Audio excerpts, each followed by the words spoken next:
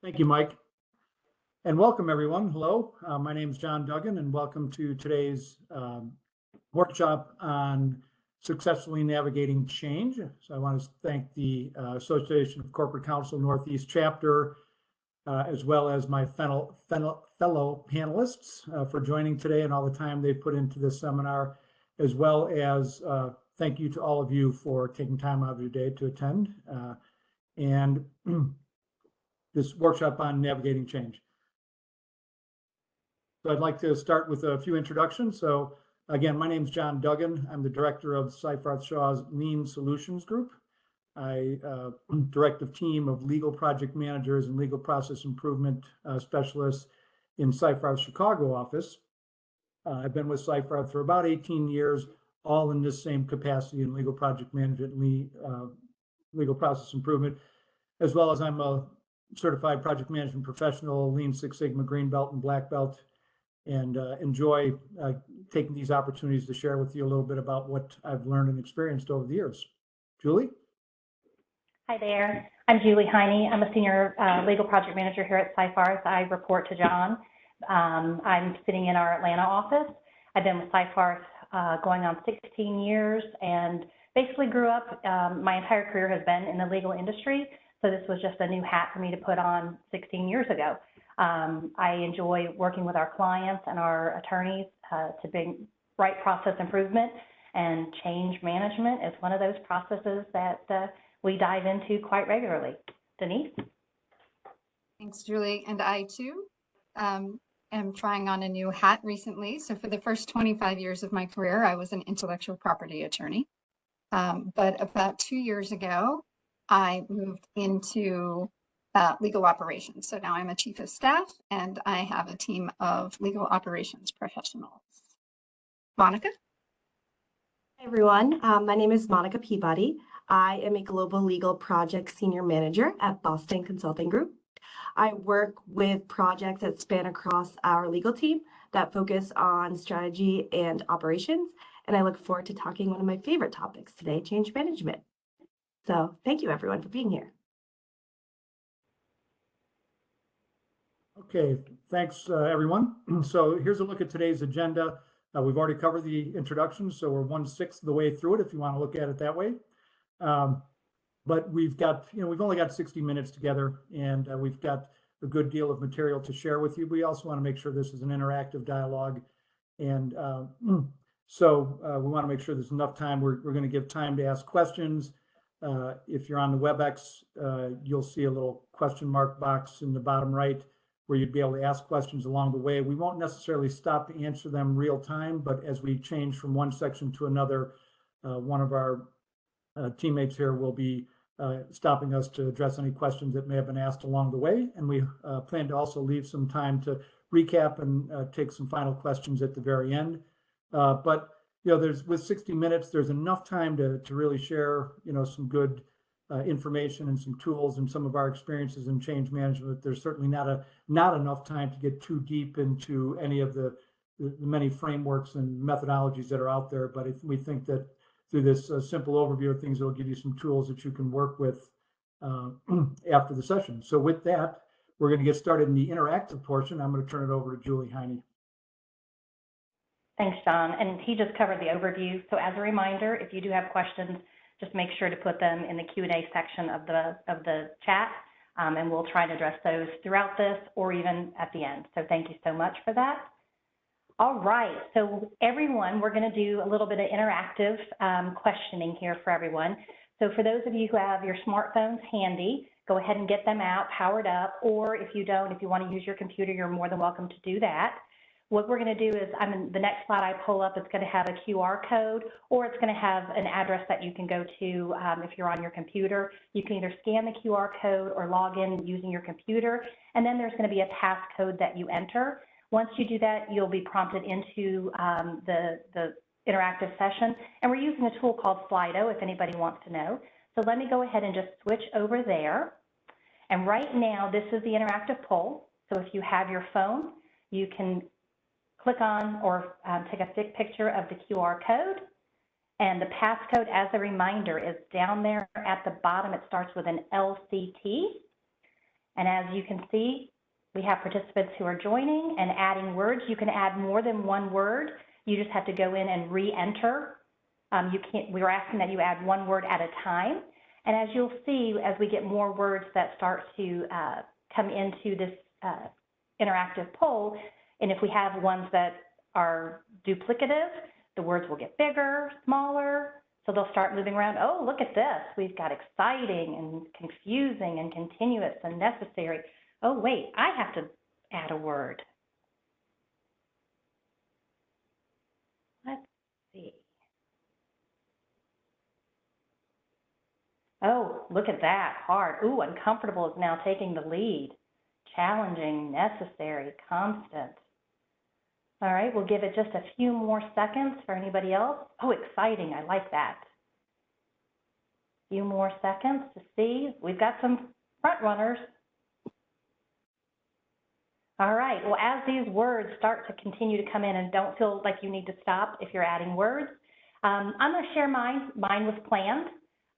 Yes, of course, I'm a project manager. I like to plan everything, so even change. So that's what this seminar is all about today, is talking through how to plan out change and the tools that you can use for planned change. So John, I'm gonna ask you, what was your word that you chose? Well, I'll admit that I did put a couple in there, but the first one I put in was uncomfortable. We're going to talk a little bit about those emotions later today. So yeah, I think that for many people, change can be very uncomfortable for many of the reasons we see here. Okay. Monica, what about you? What was your word of choice, or several? I did put a couple in there, but my main word was opportunity. I think change can bring new opportunities for learning, improvement, and innovation. The uncomfy part of change often encourages growth and, prompts me to think creatively and find solutions that I might not have considered before. So I hope everyone today can learn a little bit about the opportunity that change can bring if we do it right. So, Okay, Denise? thanks. Denise? Inevitable. So Inevitable. since change is inevitable, you might as well embrace it and, if possible, lead it. Okay, good word, good choice. Okay, I'm going to ask the crowd, don't put your phones down. We're going to do one more, and then you can put your phones down. So you don't have to log in again, or unless, of course, you closed it, but it's going to be the same QR code and the same passcode. So this is a ranking. So you've got 5 in here. We want you to pick the 5 in the order in which you feel these are why people resist change. Why do you think people resist change? And you're going to rank them, which is number 1 to you, number 2, and number 3. And as people start entering, you'll see the graphic change as people start going. We've got a couple participants going.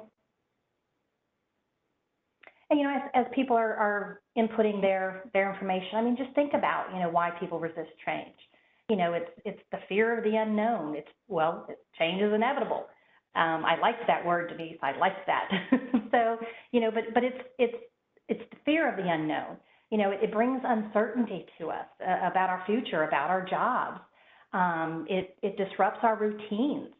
So I think that has a lot to do with why people are resistant to it. And look at this. So that change doesn't make sense to me. The old way worked just fine.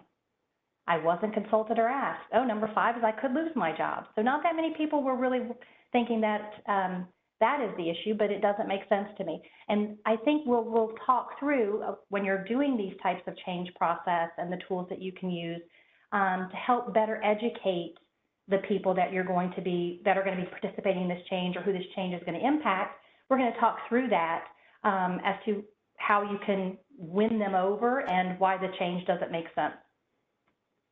All right, from here, let's go ahead and go on to the next section. So thanks, everyone. You're free to put your phones down now. We're going to take a little bit deeper dive now into change. So as you start thinking about change, we all know it has to happen. As Denise said, I'm going to keep coming back to that word. It's inevitable. But why does it fail? When you're implementing a change within your organization or in your company, why does it fail? A lot of times it's because the people who are responsible for making that change, they don't really understand the impact to those that are involved in the change. Or even better yet, they may not even understand the impact to those clients or customers within the change that they're trying to do within their organization, how it's going to impact those. So those are things that we need to think about when we start thinking about changes within our organization. So let's look at some examples of change from a corporate level. Does everybody remember Blockbuster? I don't want to age myself here, but Blockbuster was around. You could drive up. They were on every street corner. Go get a video, rent it. They're no longer in business. They had an opportunity at one time to purchase Netflix, and I think I'm hoping everybody remembers Netflix. You could get your little movies delivered in the red envelope when you were done, put them back in the envelope, put them in the mail. Well, Blockbuster didn't want to do that. They said, no, we're not going to lose our customers. We're good. We don't need to worry about doing mail service. Well, Blockbuster's no longer around. They didn't want to embrace the change. But how great is that they could have bought Netflix? So Netflix had the red envelopes. You could go and get as many movies as you wanted in the mail. When you were done, you got your new shipment in. But then Netflix knew they had to change. They had to figure out how to meet customer demand in a different way.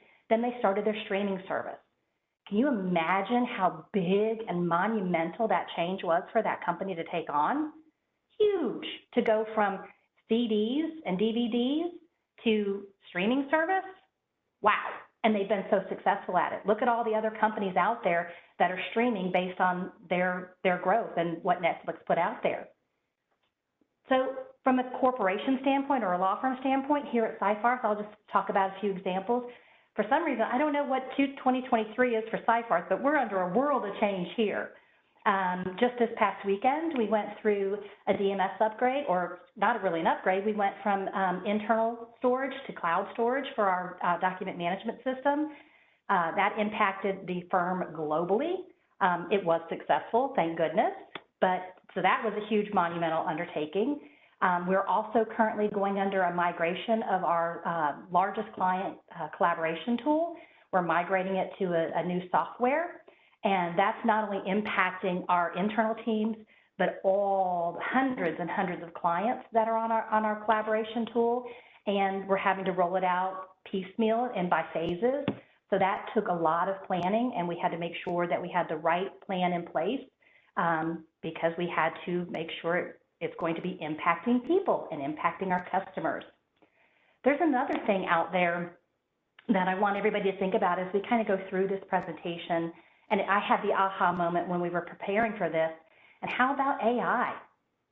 That's a huge change. That's a huge change for every organization out there, not just law firms, not just in-house law groups, but AI globally. That's a huge change. And I'm sure every industry out there and every company out there is trying to figure out the plan that they're going to put in place for that change. Think about that. So I'm going to ask, so Denise, do you have any thoughts on some examples of change? Yeah, I think sometimes when we talk about change, we talk about the negatives, and there are many to overcome, which is why the change management concepts and tools are so important. But if you think about it, people embrace change all the time, and for really fantastic reasons. So people apply for and move to new jobs. People move to new geographies. Those are huge changes. People get married. People have children. Children are an incredible amount of change in one's life. So it's good to also point, I think, to the successes with change so that, you know, you can show everyone, yes, you've experienced change that you have actually enjoyed and initiated on your own. Good. All right. So thank you for that, Denise. So from here, what we're going to do is we're going to go ahead and transition over to John, and he's going to talk a little bit more about change and change management. So John, over to you. Okay, great. Thanks, Julie. So I thought I'd start, I really love this graphic because it, we think about change and the impact on people, right? And it impacts us, externally, right? I'd say change that comes from the outside, that's the situational change, right? Think about it, you move to a new office, a new executive takes over a department, new policy is rolled out, the org chart changes, you might report to somebody different. And certainly those are things that all that situational change can be in place, But in order for it to be successful, it's the individual that has to change, and that change happens from within. And that's the psychological change and your individual reaction to change. We're going to talk about emotions today, the emotional side of change and what you can do to understand it and try and work through it. So, again, change is that situational, the form and structure of things change, new policies, you get new standard operating procedures, things like that, versus the individual transition. Have you made the leap from the old way of doing things to the new way of doing things? We're going to talk a little bit about that. So I appreciate the fact that Denise said change and shared was, change can be positive and successful, and because we don't want to lose sight of that. Here, changes do fail. I've been involved early in my career, I was involved in, failure of new system implementation. I was kind of brought up in the IT world, and I remember it was, we had done all the things right. The software worked great. It did all the calculations properly. It set off all the bells and whistles when it needed to. All those things happened, properly. It was well tested. The problem was it wasn't successful because the people who were responsible for actually involved in making the change didn't buy into it. Back then, this was 20 plus years ago. And remember, the phrase we kept hearing over and over was, it's not user friendly.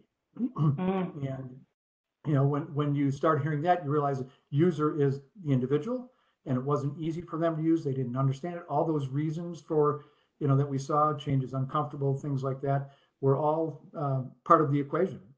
So we did, that quote that Julie shared, people didn't understand the impact on the people. We didn't. It was forced upon them. There wasn't an option. Somebody had a budget, quite frankly, to finish out at the end of the year, put a new system in. And so, we didn't really think through these things here, like endings and new beginnings.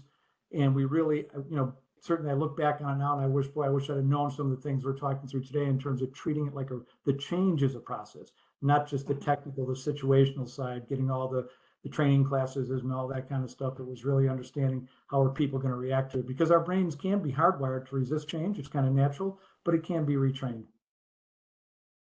And, John, really quickly, I'm just going to add, I think many of you may have heard this or may practice this, but making a habit, creating a habit change. If you want to change something, you have to change your habit. And I think they say it's 21 days to create a new habit. So maybe it could be 21 days to retrain your hardwired brain when you're changing something. So just something to think about, that maybe you could build in those 21 days in your project plan for when you're implementing change across your industry. So what we're here to talk about today is the change management, and it's really utilization of a process, tools, and techniques to achieve change. And achieve really is, the successful outcome, right? Is have the business objectives been achieved? The example I used, where it was early in my career, that failure to recognize some of that, it really wasn't a successful outcome. And the goal, so it's not new. There's a lot of methodologies out there. We're going to focus on an amalgamation of a couple of them today, but one in particular. But there's a lot of them out there, and really, it's change management. It's the people side. That's what we're going to focus on today. And give you some tools to help you through that, to help to adopt the new processes. And even though you might have a new process which makes things simpler, easier, more efficient, more streamlined, you're really not going to achieve your objectives unless people adopt those changes and adopt the new behavior that goes along with it. So I want to talk through a couple of different change management frameworks here. And again, there's a number of them. I've listed a few of them here. I lead with John Kotter's 8-stage model for leading change. It's probably like the seminal work on change. It's a great book. If you haven't read that and looked at it, I recommend that you might want to take a look at it. The William Bridges Managing Transition is what we're going to talk through a little bit today. Spend a little more time. That's something I have personal experience with. There's the ADKR, KAR, the ADKAR from ProSci, and then these other ones are similar. They're maybe not, in the organizational side of change, but they deal with similar emotional movement. In even the Lewin's model there, it talks about, it's a 3-stage process, something that we're going to look at today, a 3-stage process through moving for change. And, DMAIC is something Julie and I are very familiar with the Lean Six Sigma model. It's not necessarily a change management framework, but it's a model that can help you successfully achieve change when it occurs. So the first one, we won't spend time today. This slide will be in these slides that will be provided after the session. But this is Kotter's 8-stage model, and you can see a number of those bullets there deal with the people side, right? The second bullet, creating the guiding coalition. It's about communicating the change, who you're communicating it to, the people involved in change, empowering the people. So there's a lot of connection here in Kotter's model to helping the people get through that change. And then the other change that we will spend some time on today is the William Bridges model. And there's another wonderful book that you have kind of the copy of the cover of it here. You might want to look into is the William Bridges Managing Transition. And again, I'm not going to read through all these bullets, but I'll point out it is about helping people letting go of the old way of doing things and acknowledging those openly and sympathetically, as well as getting people the information they need over and over again so they can move through and get to the point where the new behavior is instilled. Provide this quote.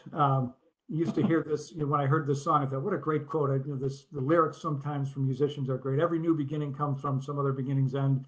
At the time I heard it was from the song Closing Time. It's Semisonic, but I had to do a little bit more research into it and found that actually the original quote was from Seneca, one of the great Stoics, who recognized, again, change is about a new beginning, and that usually results from some other beginning way back when ended. So this is, in a nutshell, kind of visually the William Bridges model for transition, right? It's focusing, on 3 phases, the ending the old way, then there's this neutral zone, and then beginning the new. And the emojis along the bottom there kind of help you see that it is, there's an emotional element to this as people go through these phases. And I think it's important to point out too that people move through these stages at a different pace. They don't all get through it. It's not like the whole team gets from the ending to the old to the beginning of the new at the same time, at least emotionally, right? So we have to be able to recognize that. And you're going to spend some time. And really what the neutral zone represents is, I think the way I like to think of it is, it's that period of time where the old way is no longer acceptable, and yet the new way isn't yet comfortable. And so you're in that period of time where, what do I do? How do I do it? And how do I get comfortable with doing it? And helping people through that as efficiently as possible, but recognizing that you need to go through that. People will be going through that, and you need to help them through that.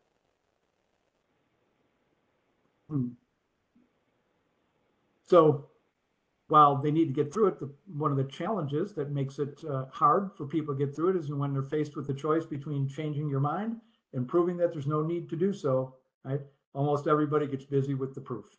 And that was a quote from an American economist, John Galbraith. And it's true. I talked earlier about that natural resistance to change and the brain's being hardwired. And usually the first emotional reaction is kind of to dig in the heels, and the old way was good enough.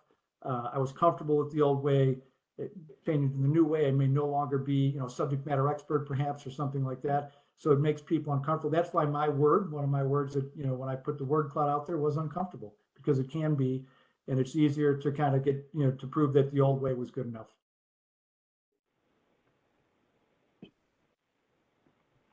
Okay, and I mentioned that there's emotions we go through here, and you're going to see this graphic several times today as kind of that swing of emotions that we go through these periods, the ending period. And there's, during the ending, there's excitement, perhaps we saw that as one of the words, anticipation. But then there's also kind of things begin to devolve into confusion if there's not good communication or understanding. And they go through this neutral zone where anxiety and resistance, and hopefully you'll get to that new beginning where they do see, that there's, more certainty, more accomplishment, more creativity, and thus all kind of leading to a higher energy in the new, when we get through to the new beginning. And same graphic, same life cycle, but there's tactics that can help you through the ending, the transition zone, and the new beginning.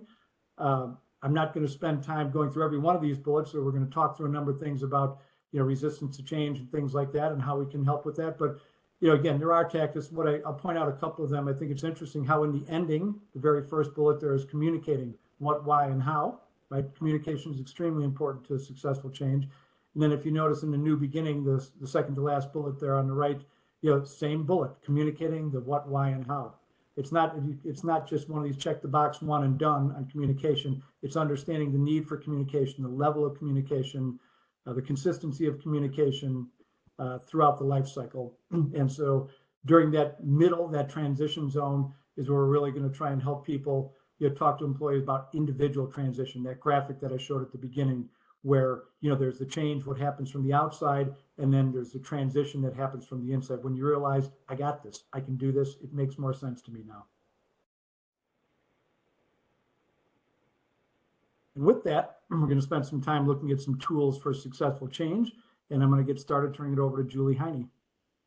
Thanks, John. But really quickly, I just wanted to ask our person who's monitoring the Q&A session, has any questions come in that we need to stop, or are we good to continue to move forward? Hi, Julie. Yes, we're good to continue. Okay, great. Thanks. So we're going to, as John said, we're going to kind of dive in now into some tools to help with successful change. And again, the graphic, you're going to see that a couple times as we go through here, but it's a really simple 3-step process to get it successful. You always want to start early, you want to overcome that resistance, and then you want to lock it in. And that again is John's graphic. You've got the ending, the transition zone, the neutral zone, and then the new beginnings. And overcoming that resistance is really going to be crucial here. But you have to start somewhere. So where do you start? At the beginning. You start early.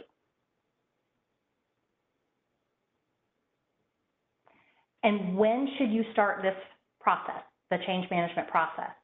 I think that kind of goes without saying. You start it as quickly as possible. The minute you hear your manager or your executive start talking about an idea for change, usually if they're talking about it, they want to react to it, they want to possibly test it, pilot it, get it going.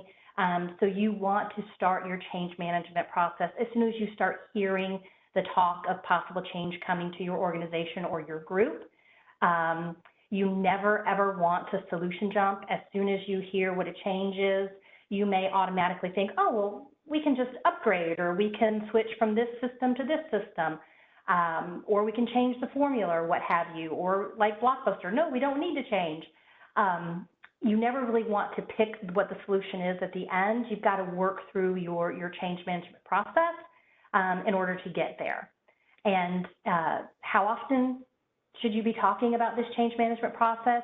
You should revisit it all the time. I think one of the things that John hit on in the processes above was DMAIC. You're constantly revisiting. It's a circle. So if you've gone through change management processes or process improvement or any type of project management training, you're always going to hear that it's circular. You're always going to constantly revisit. So you always want to you don't want to be rushed through your process management and building out the change process. So now we're going to look at some tools that can help you with this.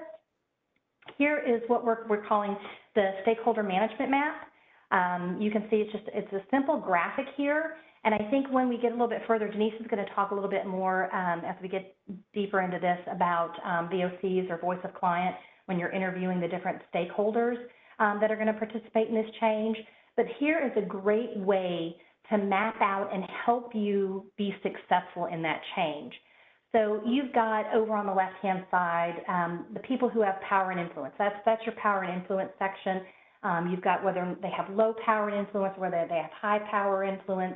At the bottom, you've got what their interest level is, if it's low or high. Over in the top right-hand quadrant, I'm going to kind of focus on that. That's the people who have high power or high influence within your organization or within this particular change that's happening, and they have very high interest. Those are the ones that you want to manage closely. And a lot of times people think if they've got high power and high influence, that they're the executives or they're the leaders of the organization. That's not necessarily always true.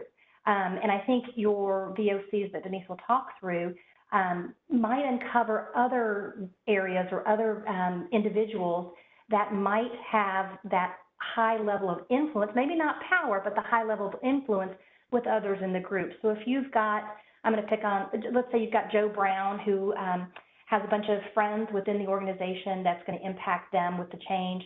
If you can influence him and you can manage him closely, because the group that's with him usually tends to side with him or follow him. If you can get his buy-in early, if you can manage him and his expectations, then he's got the influence of other team members, which then could make your change more positive. So this is just a good way to be able to map out once you get who your stakeholders are, and it doesn't have to be executives at all levels. But you want to be able to see who goes where, whether or not you need to give them, keep them satisfied or keep them informed, or just kind of monitor their involvement in the process. So this is a good tool to help you map out your different stakeholders. I'm going to go on to one more. So this is another tool that works hand in hand with the mapping graphic that we just shared. So this is the resistance management tool. And once you've identified your stakeholders, you can see here we've got the level of influence that we've already mapped out using the other graphic. We've got their level of interest and what their current position is. And you're going to get the sense of what their current position is when you're sitting down and talking to them and talking through conducting your VOCs with them. And then if you have somebody who is really resistant, like let's just pick on stakeholder 2 for this example. This person's got a high level of influence and a high level of interest in this change, but they are resistant. Maybe they're the ones that, hey, it doesn't impact me, or I could lose my job if we implement this change. Maybe that's why they're frustrated or they've got resistance. So when you're conducting your interviews of these different stakeholders, you can write down in here the different issues or reasons why you feel their resistance. And this document should be a living document. You should revisit this at all times throughout your change management process, because ultimately what you need to get this person to do is be supportive. And you're going to see the needed position column. And also it tells you that you need to manage this person very closely. And then you can also put out your action plan on how you're going to get them there to mitigate any risk of losing them. And maybe it's, you want to schedule one-on-ones on a weekly basis, or maybe you want to include them in the team meetings so they can really hear from different team members on how the change is happening or how it's impacting others. So this is a really good tool to be able to let you map it out. But again, as I said, this is a living tool. You should constantly be updating this, because you may have somebody, for example, you've got stakeholder 1 who's in support, their current position is green, but let's say through that middle section, the neutral zone that John was talking about and how crazy it was, what happens if you lose that person? They're just like scratching their head going, I don't get it, it doesn't make sense to me anymore, and they immediately go into the red. So this is a tool to help you. You should continually update this and look at this to make sure that you're getting buy-in from all the right team members, so that way your change can be successful. And to that, I'm going to go ahead and turn it over to Denise to talk through some additional ideas. Thanks, Julie. So this is the minimum viable product concept from Agile project management. And we're not going to really talk about Agile, but I thought this was useful as a setup for talking about how you go about learning about your customers' preferences and needs. So Agile uses minimum viable product, and the MVP is a product that has just enough features to satisfy the needs of your early customers. And more importantly, it has enough features so that they can provide you feedback, so they can shape and assist you with shaping the future of the product. So we're not so much focusing on going from skateboard to car here. We're really focusing on the dude on the bottom left who's got the frowny face. Because what we want is early customers, and we want to choose them as our narrow target audience. And ideally, they are made up of the folks who John referenced as in the ending phase. They are excited and they are anticipatory of the change. And the folks who Julie referenced, who are in the high interest and preferably high power, but definitely in the high interest groups of people. And so you'll come up with your initial prototypes that you believe have useful functionality, and you bring those to those folks, and then you test and retest and retest. So if you want to go on to the next slide, that'd be great. And so the real tool that I was going to talk about is ethnographic interviewing. And so in design thinking, this is called empathizing. And it's really assists you in overcoming resistance and in giving you and your team ideas on how to effectuate the change. So really what you want to do is you want to see the situation from your customer's perspective. So my team right now, for example, is leading a department technology roadmap. And it's really easy for the tech ops folks in an organization to say, you know, I go to all these conferences and there's all these super nifty software and apps out there and AI that we want to use, and to kind of sell the leadership on that and push out ideas for software or apps. But that's a bit backwards. So we didn't want to do it that way. What we wanted to do was we wanted to find out what kind of software would be helpful, or apps would be helpful for our department globally. And so in that way, we don't miss the pain points, and then we get less resistance later when we're implementing our roadmap. So what we did was we began with a department-wide survey, and then we followed up with interviews, and then those interviews always led to additional interviews. And in the survey and the interviews, we focus on people's wants and needs. We try as much as possible to defer our own agendas and judgments, really trying to shift our mindset and step into our interviewees' shoes, to be curious, and just to unlock the richness of the world and really understand, okay, you have this, what seems from the outside, manual or difficult process, but it didn't grow up in a vacuum. There must be reasons why you still do things that way. How can we assist you? And really, the hallmark of this is engaging your interviewees with empathy. So unless anybody has any comments, Julie, John, or Monica on that, I will hand it off to Monica to move into the transition or neutral zone and overcoming resistance. Awesome. Thank you. So I will be talking about overcoming resistance today, and I think you'll see a common theme from the previous panelists mentioning communication being a huge key in all of these change management tools. So if we could pop to the next slide. Awesome. So to effectively tackle resistance to change, it is crucial to get a handle on how our employees feel about it. Understanding who might be a bit resistant and why they are feeling that way can be a game changer to beginning to break down the confusion and anxiety that's often felt around change. With these insights, we can tailor our change management plan, ultimately creating more engagement and a more positive change in our organizations when it comes to embracing change. If we go to the next slide, we're going to ask the million-dollar question: how do we actually do this? Culture can seem like an abstract or mysterious concept as a tool for change management. But if you remember what we discussed earlier when polling the audience, not knowing why change is happening or being left out of the loop on the change efforts can lead to change falling flat. One smart solution is really to engage with our employees, either through informal chats or surveys, giving everyone a voice in these changes. This not only boosts transparency, but also provides valuable data we can use to measure how people's attitudes towards change are evolving over time, and creating external benchmarks that if the change that we're actually implementing is successful or not.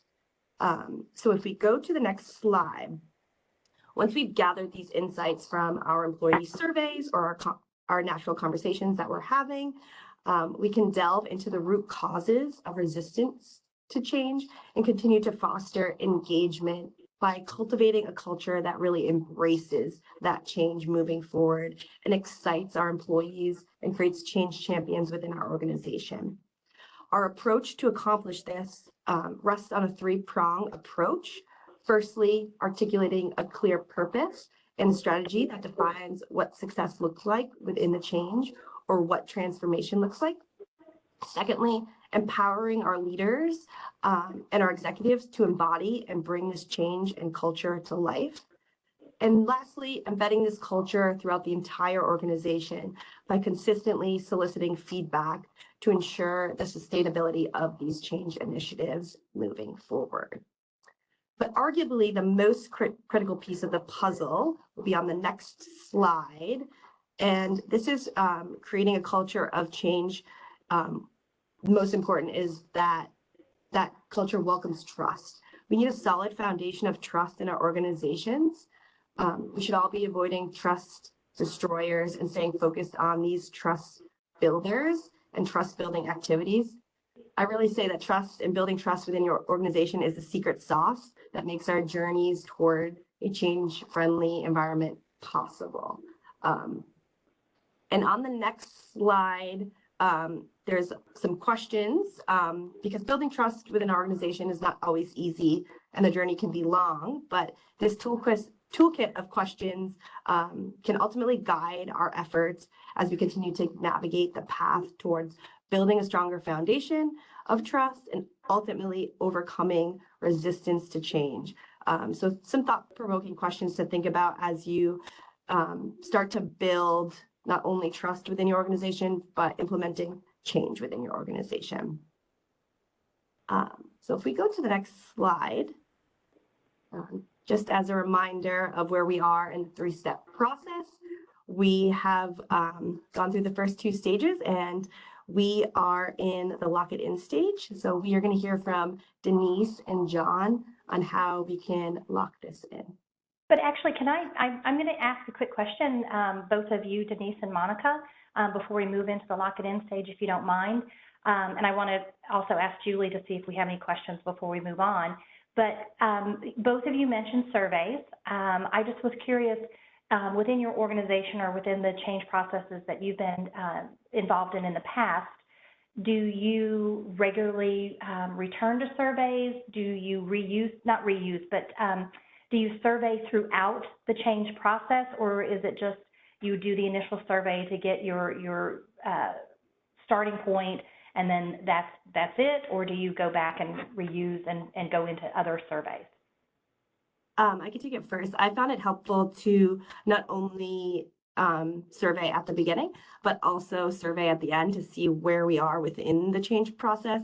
I think sharing the results out to and having an open-ended communication pipeline for the change management and office hours helps that move that forward to understand why the changes are happening and to give those results for the employees to have those open conversations as well.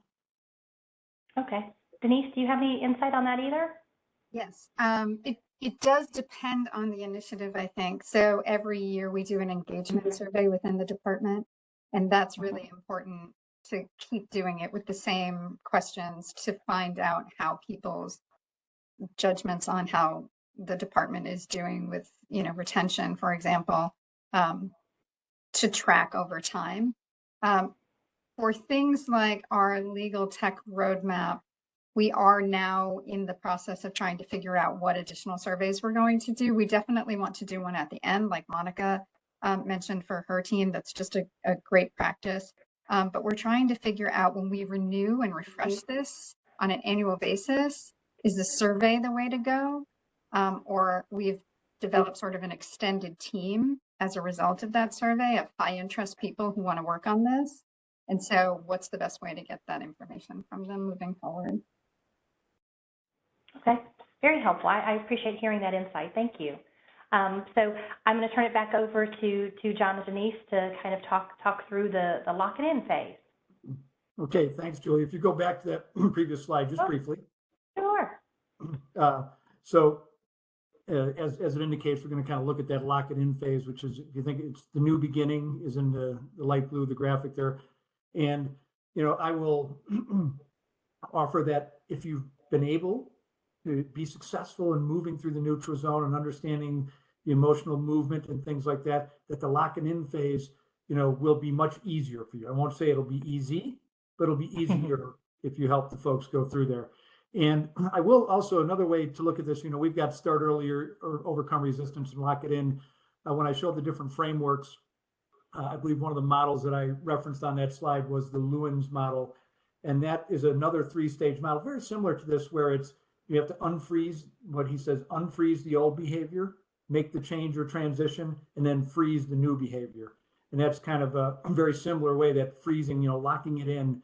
Again, as you look through any one of the different frameworks or methodologies for change management out there, you're going to find some common themes about, the dealing with the people and helping them get to that point where it's comfortable and that the new behavior becomes the norm. Because then going back to that other slide on the Semisonic quote, eventually that change is going to end and there's going to be another new beginning somewhere down the road, right? So with that, let's look at some lock it in, and then we'll look for additional questions. So I think Denise was just talking about they look for this extended team, right, to help with kind of the surveying or post-change. And it's similar to what I suggest here with this network of change ambassadors. What that really represents is that we have, is trying to identify those individuals in your organization, at least those involved in the organizational part of the change, who kind of have the most influence, or that others look to and kind of follow their lead. Maybe it's more senior individuals in the group. Maybe it's more experienced individuals, people who have, who are maybe our subject matter experts. And if you can develop this network of individuals, maybe across different levels, across different disciplines, who support the change and who will be there maybe to answer questions that individuals have in those kind of hallway coffee pot conversations that go on where you can't be involved directly, but where discussion is taking place, right? That having those individuals who might help people through the change, answer some questions, give them a different way of looking at the change. That network of change ambassadors can become crucial. And again, to Denise's point, then even beyond getting them to the lock it in stages, helping understand the lessons learned side of things, and continuing to get feedback through the people, the high energy people, the people who really are supportive of the change. And then it kind of fits with the second bullet here, which is encouraging feedback. If, we talked about some of the challenges and why change is so hard. And when we ranked those 5 different points as to, what leads to resistance, I wasn't involved. My old way was good enough. I don't understand it, things like that. And what really helps during, to get people to lock it in is to revisit some of that emotion. Do you understand it, right? Do you feel you have some input? Do you have, that bullet I had on communicating regularly and consistently, I think is where, the tactic of communicating is important, but the focus of communication shifts to trying to understand how's it going? What else can I do for you to help you through this? It's not giving them an option to go to the old way, but it's giving them the support and the encouragement. I'm here to help. How can I get you to the new way? Excuse me. Denise?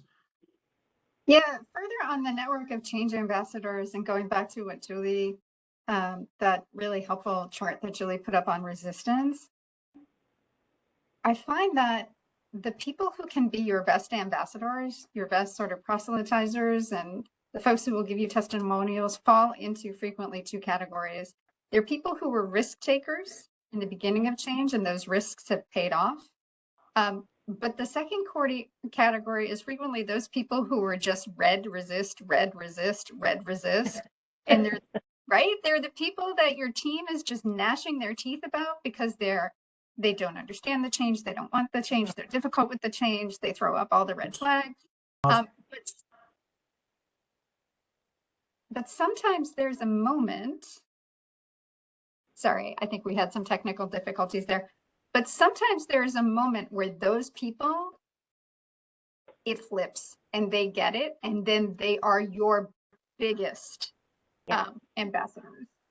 So we like to call those the aha moments, when they have that aha and you can see it on their face, you can see it in their eyes. When they have that aha moment that they get why this change is happening, yes, they become your biggest champions. Exactly. And so we love those people because then they tell everybody else who's resistant to change, oh, I was resistant to change. And this is the best thing ever. now that we've implemented, this software program or this process change or what have you. Mhm. So the last thing I wanted to talk about is branding. And okay, what the heck does branding have to do with change management or as a change management tool?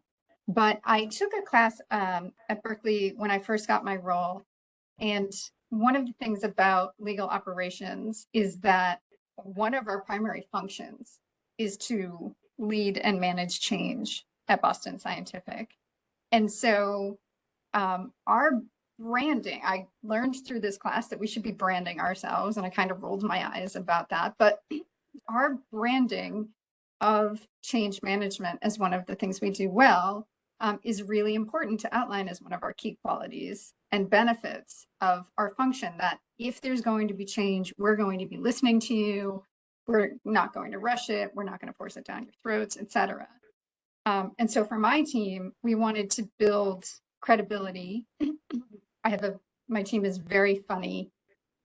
They have terrific senses of humor. And we wanted to brand them as funny, fun, helpful. And so we brand ourselves in a variety of different ways. We have a monthly legal ops drop where we give people 4 quick, helpful tips on processes and technology. And then we've put together an advertisement called We've Got This, where if anybody needs help, somebody from my team pops up over a cubicle and says, I've got this, we've got this. And to do that branding, to build our internal customer base for that branding, we started offering helpful services, just easy one-offs, sort of went around the room and figured out, all right, what are we good at and what can we offer to do for people to make their lives easier? So we offered calendar management services, and we revamped the onboarding process. And we help people build and judge their PowerPoint presentations. So all of this has given us a whole lot of credibility that we're easy to work with and that we listen to the customer. And now people come ask us for help when they are trying to lead change. And they see us as trustworthy and a partner. And so the branding kind of carries us from the end of being successful with some of these change management to right back to the beginning early for upcoming changes. Okay. Monica, anything that you wanted to add here? I don't want to miss out if you had anything you wanted to add. No, I think that was great. Okay. All right. Well, then that brings us to the last portion. We've just got a few more minutes left for any questions and answers. So, Julie, I'm just going to stop here and just find out if anybody has submitted any questions that they'd like for us to talk through today. No, there's no questions as of right now, but certainly they should submit so that we can see if there's anything we can answer. That was a fabulous presentation, chock full of information. So just so everyone knows, you'll be receiving the PowerPoint, and we'll also be posting it on our website probably within 48 hours. But no questions, but I would like to thank SafeArth for bringing this to us. They've been wonderful supporters, and thanks John, Julie, Denise, and Monica. Fabulous. Thanks, everyone. I just got a comment, and it says, thank you, helpful and thought-provoking. So thank you all. I appreciate that. Thanks, everyone. Have a good afternoon.